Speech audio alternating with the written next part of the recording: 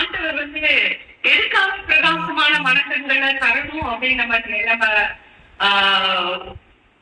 ஜெபம் பண்றோம். 4 காரியம் அப்படித்தானே. ஒண்ணு என்னது? யார் என்பதை நம்ம பார்க்கறதுக்காக.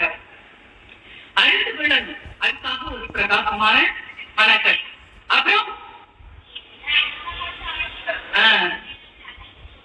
ஆமா, என் மேல உள்ள அழைப்பு என்ன அப்படிங்கிறத பாக்குறதுக்காக. அடுத்தது என்னது?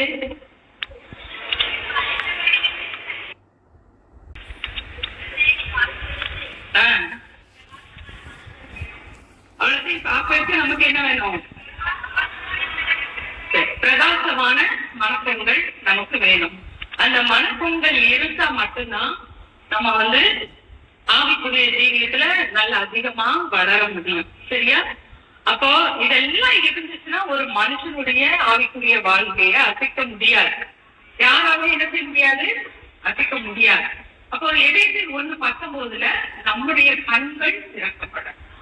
நம்முடைய கண்கள், ஆவிக்குரிய கண்கள், அது சாதாரணமானவைகளை அல்ல, சாதாரணமானவைகளை, பரலோகத்துக்கு உரிய காரியங்களை, ஆவிக்குரிய காரியங்களை அந்த ஆவிக்குரிய கண்களால் மட்டும்தான் என்ன செய்ய முடியும்?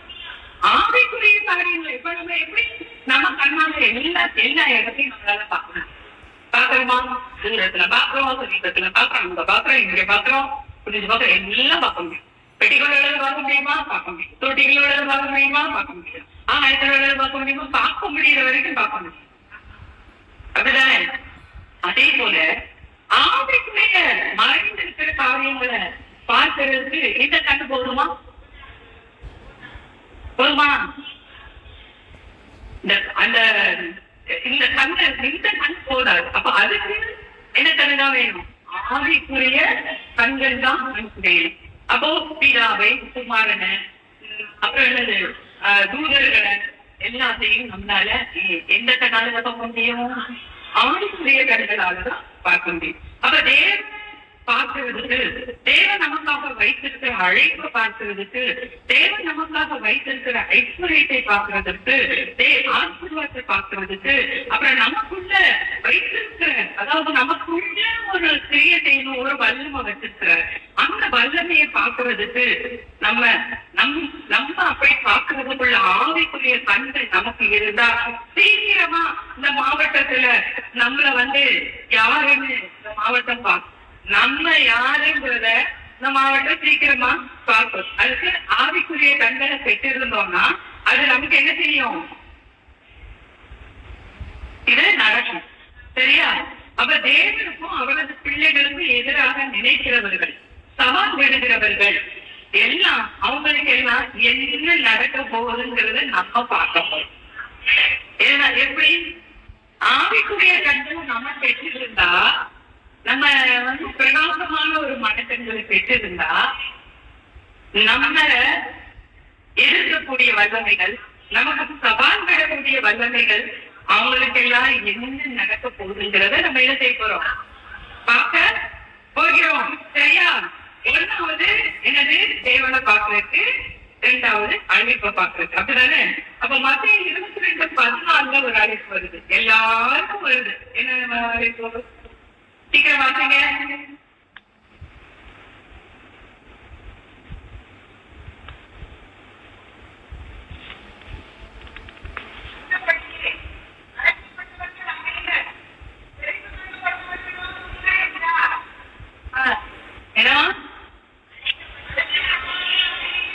அழைக்கப்பட்டவங்க யாரு?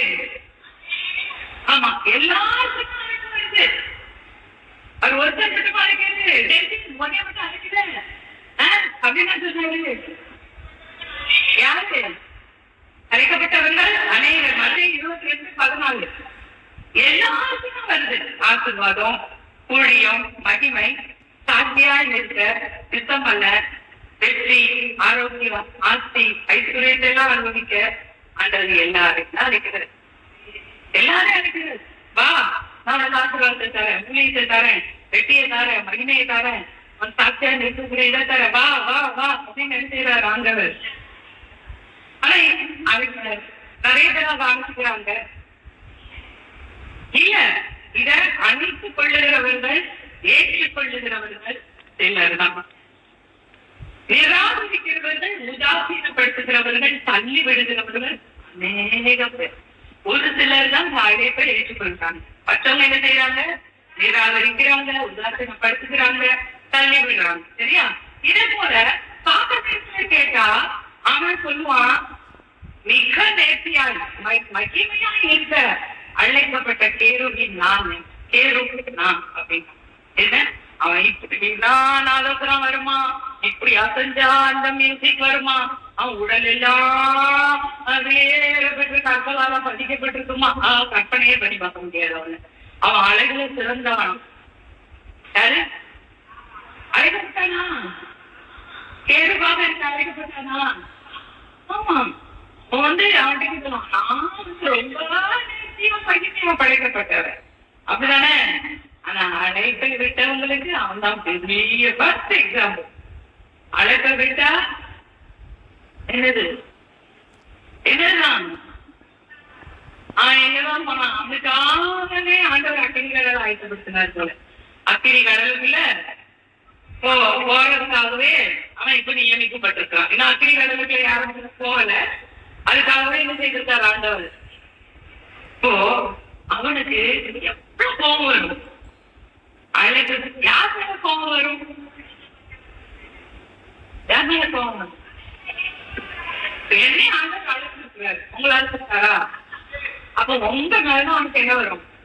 நாங்க அழைப்பு அந்த அழைப்பு என்னால நிறைவேற்ற முடியல, நீ பெரிய மன்னனா, நீ நிறைவேற்ற போற, நீ நிறைவேற்ற விட்டுருவனா அப்படின்னு நினைச்சுக்குவான். போனா திரும்பி வந்துட்டா இப்படின்னா அப்புறம் எப்படின்னு யோசிக்கும். அப்ப அவன் என்ன சொல்லணும்? நான் தெரிந்து கொள்ளப்பட்ட, நான் அழைக்கப்பட்ட, தேவன் எனக்காக உண்டு பண்ணி வைத்திருக்கிறத என் கண்ணு இப்ப காணல, என் காது இப்ப கேட்கல, ஆனா அது ஆயத்தம் பண்ணப்பட்டது, அது மகிமையானது. பிசாசே, அதை ஒன்னால பார்க்க முடியாது. நான் அபிஷேகப்பட்டவன், எனக்காக ஆயத்தப்பட்டதை நான் பெற்றுக்கொண்டே தீர்வேன். ஆமென். இதெல்லாம் இப்ப மெர்சியோட அறிக்கையா இருக்கணும். இப்ப நம்ம என்ன கேட்கணும் தெரியுமா? நமக்கு இப்ப மெர்சி மட்டும் இல்ல, எல்லாருக்குமே காரியங்கள் அப்படித்தான் இருக்கு. இப்போ நம்மளும் பேசிட்டு இப்ப கலாம் திருமணம் இவ்வளவு நம்ம தெரிஞ்சுட்டு தாங்க அந்த பிள்ளைக்கு இன்னும் திருமணம் ஆகல. அப்ப நமக்கு அவங்க எப்படி இருக்கும்? நம்ம அப்படின்னு ஜோக் பண்றோம். நம்ம சீக்கிரம் முடிஞ்சிடணும், சீக்கிரம் முடிஞ்சு ஜோக் பண்ணதான் செய்யறோம். ஆனா தடை இருக்குதான் செய்யுது. அப்ப என்ன செய்யணும்?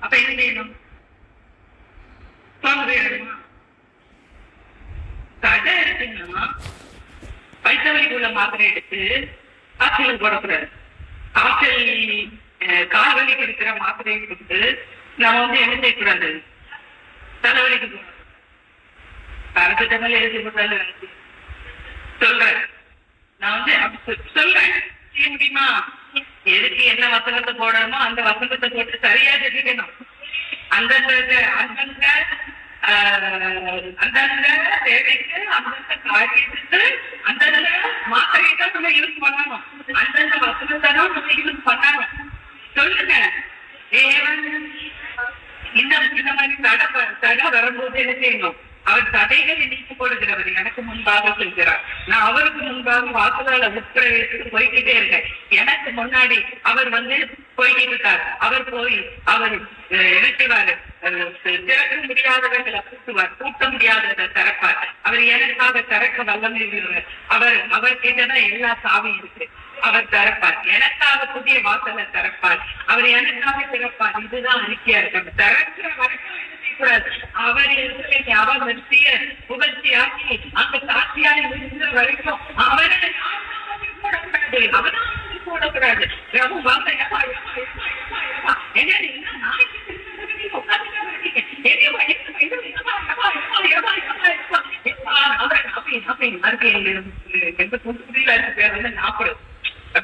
சும்மா அப்படின்னு சொல்லுவாங்க. ஏன்னா அப்ப எனக்கு சும்மா அவர் ரொம்ப